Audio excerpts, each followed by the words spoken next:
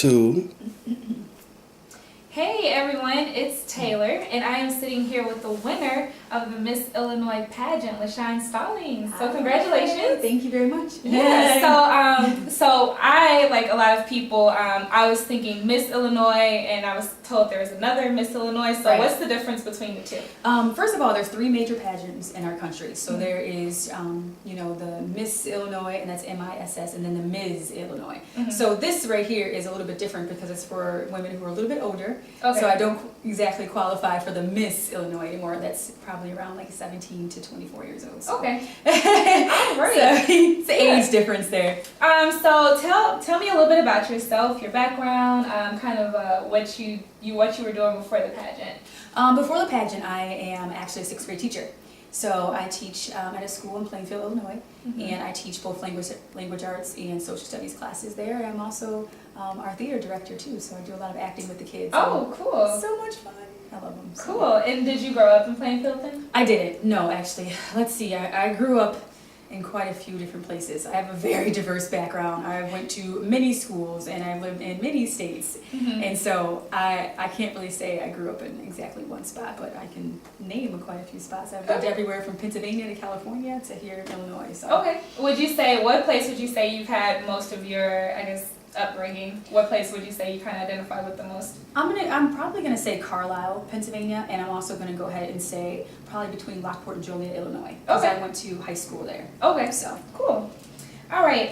So getting down to the nitty gritty, what made you want to do the Miss Illinois pageant? What was your inspiration? Honestly, I'm definitely gonna have to say with my acting career. I've been acting and modeling my way through college to help pay. It's always been a great passion of mine. I've been acting since I was younger. It's something that I love to do, and on my own, I was able to get into an agency. I did a couple national commercials, which was a huge deal for me. But I want to do more. Sometimes you feel like you have that calling, and I love working with children. I love being with them every day, and I really feel like teaching is like performing every single day for them, and I haven't, stepped away because I do theater with them as well, but I feel like this is something that I love to do. Okay. And this could be a nice stepping stone for me to further my acting career. So that's why I decided to go back into it and just try it. Okay, so tell us, what was the competition like? How many people usually apply, and then from there, how many people actually get to do the whole Miss Illinois pageant process? It's really hard to say how many people apply. Okay. I mean, I don't know that number. I know the first time around I did the Ms. Illinois MISS when I was younger, and I know there was about 126 girls who they let into the pageant. And so I competed for that, and I got top 25. Now with this pageant, it's a lot different because the women can be married, single, they can have children, be divorced, it doesn't matter, as long as they're of age. They have to be 26 or older. Okay. And so it's really difficult for me to say exactly how many women I had to compete against because I don't know that exact number. Okay. We can sit down and count them out, but I do know that the process can be very stressful.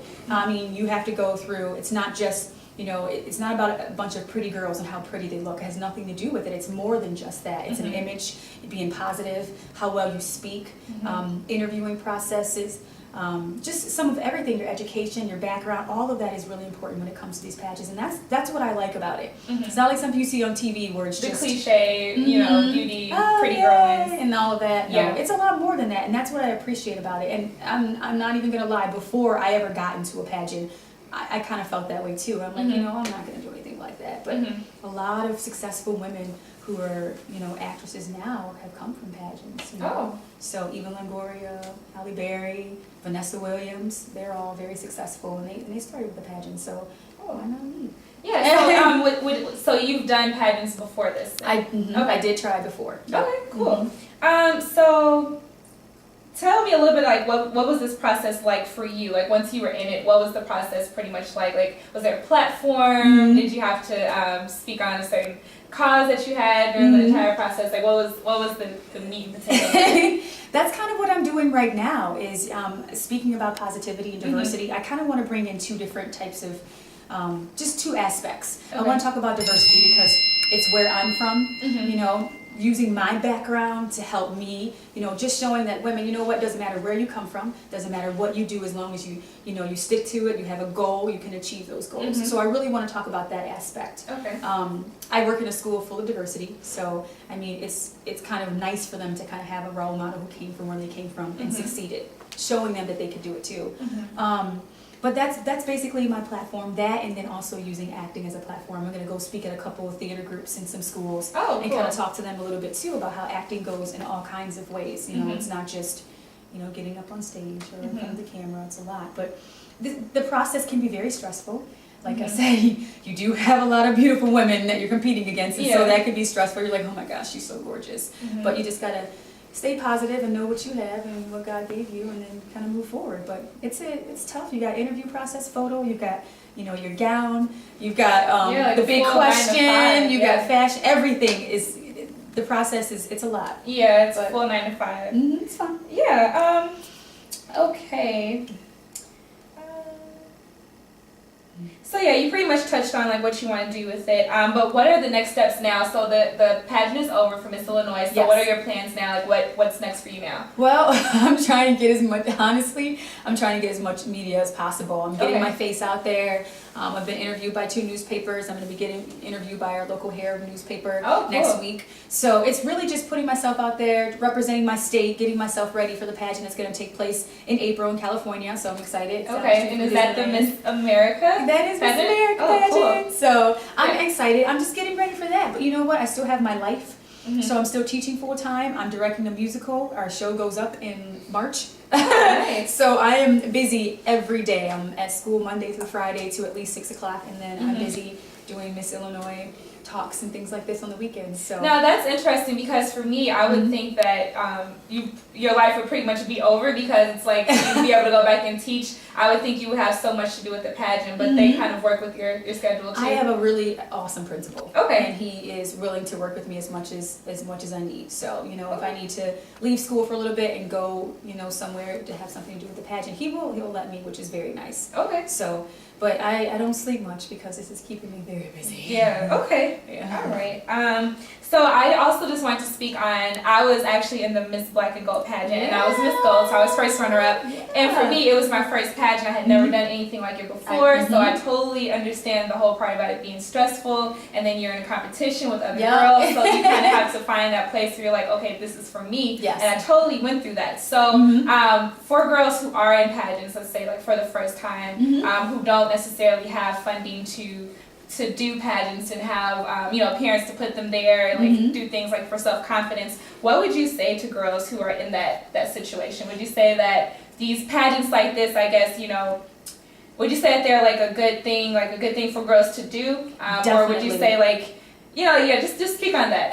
I honestly think it's something wonderful that girls can do. First of all, it's a confidence booster.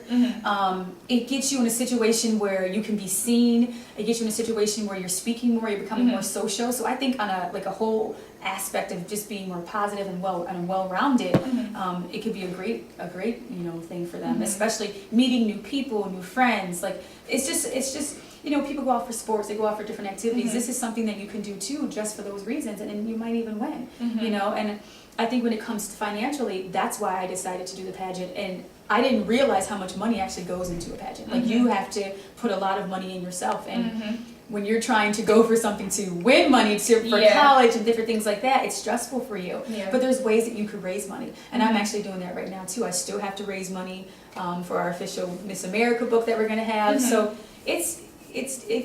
that could be stressful, but it's also something that lets me know I have to get out there and I have to work. So what are some of the ways that you're fundraising now? Right now, basically, the media helps out a lot. Different businesses want to contact me and say, hey, you know what, if we could, maybe use you, we can help you and you can help us, kind of vice versa. I know I'm going to be working with the Dunkin' Donuts business in the Midwest. Cool.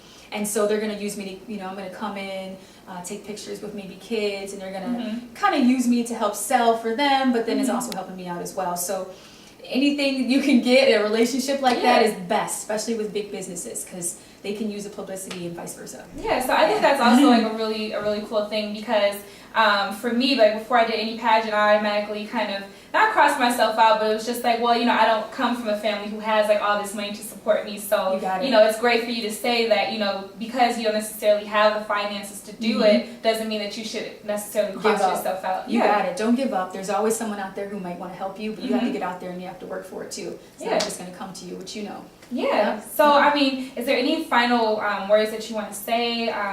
Any future plans or anything you just want to say before we wrap things up? Well, first of all, thank you. Yeah. And really, I just want to tell anybody out there watching, listening, any of the young women out there that, you know, if you can think it, you can dream it, you can believe it, it can definitely happen. You know, never give up. I started off acting and modeling to raise money for college. And so it helped. So, you know. All right. That's Well, it. thank you, LaShawn, and once again, congratulations. Thank you so much. Yeah, we'll definitely be looking out for you. Okay. All right. Thanks a lot. Thanks, everyone.